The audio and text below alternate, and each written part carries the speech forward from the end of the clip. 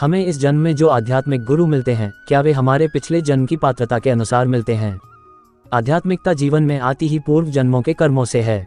आपके पिछले जन्मों में आपकी आत्मा ने क्या सीख ली जो अध्यात्म की शरण पकड़ी, ये जन्म जन्मों के इस आत्मा की सफर की उपलब्धि है। अब कोई इच्छा जागृत हुई, वह क्षणिक है या स्थायित्व लिए हुए है, उसके लिए आपकी आत्मा ने अनेकों परीक्षाएं दी होंगी। उन्हीं परीक्षाओं में जब आपकी आत्मा उत्तीर्ण हुई, तब गुरु का प्रवेश आपके जीवन में हुआ। तो पात्रता किसी एक जीवन की सीख या आधार नहीं, अपितु अनेक जन्मों में किए गए पुण्यों का प्रताप है।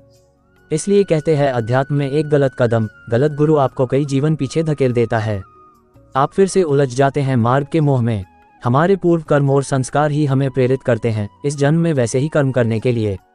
पूर्व जन्म की साधना का फल सुख, शांति का अनुभव होना, सब कार्य अपने से हो रहे ऐसा लगे, खर्च आध्यात्मिक कार्यों पे करके आंतरिक खुशी महसूस हो, कोई देव कृपा का अनुभव होना, अच्छे बुरे सभी अनुभव पूर्व जन्म में किए कार्यों का परिणाम होते ही है।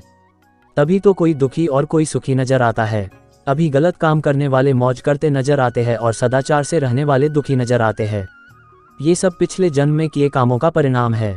इसी तरह पिछले जन्म में बहुत तप किया, साधना की, लेकिन कर्मों की मार से दुख ही उठाया।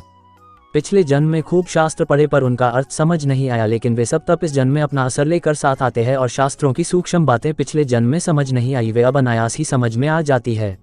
इसी तरह इस जन्म में की गई साधना और शास्त्र ज्ञान हमें भले ही समझ में न आए तो भी गुरुजन कहते हैं कि तप, त्याग, अध्ययन करते रहो। ये सब ही अपने साथ अगले अनेक जन्मों तक साथ ही रहेगा और अपने काम आएगा। बाकी धन जायदाद तो यहीं रह जाएगी। आध्यात्मिक उन्नति के लिए सबसे पहले सद्गुरु की आवश्यकता होती है, क्योंकि बिना सद्गुरु के जीव को अच्छे और बुरे का ज्ञान नहीं हो सकता, क्योंकि सद्गुरु हमें हमारे धार्मिक सद्ग्रंथों से परिचित करवाता है तथा भगवान के विधान को बताता है, जिससे प्राणी आध्यात्मिकता की तरफ अग्रसर होता है। जिस भी वेद या पुराण व पवित्र श्रीमद् भागवत गीता का निष्कर्ष यही बताता है कि मानव जीवन में सद्गुरु का होना बहुत महत्वपूर्ण है और वर्तमान में पूर्ण संत सद्गुरु निखिलेश्वरानंद जी हैं, जिनके आध्यात्मिक अद्वितीय ज्ञान के सामने सभी महामंडलेश्वर, शंकराचार्य और अन्य नकली धर्मगुरु निरुत्तर हो जाते हैं। जय सद्गुरुदेव परम निखिलेश्वरानंद के सरी चरणों में हम सबका कोटि कोटि नमन वंदन प्रणाम। जय निखिलेश्वर, जय गुरुदेव।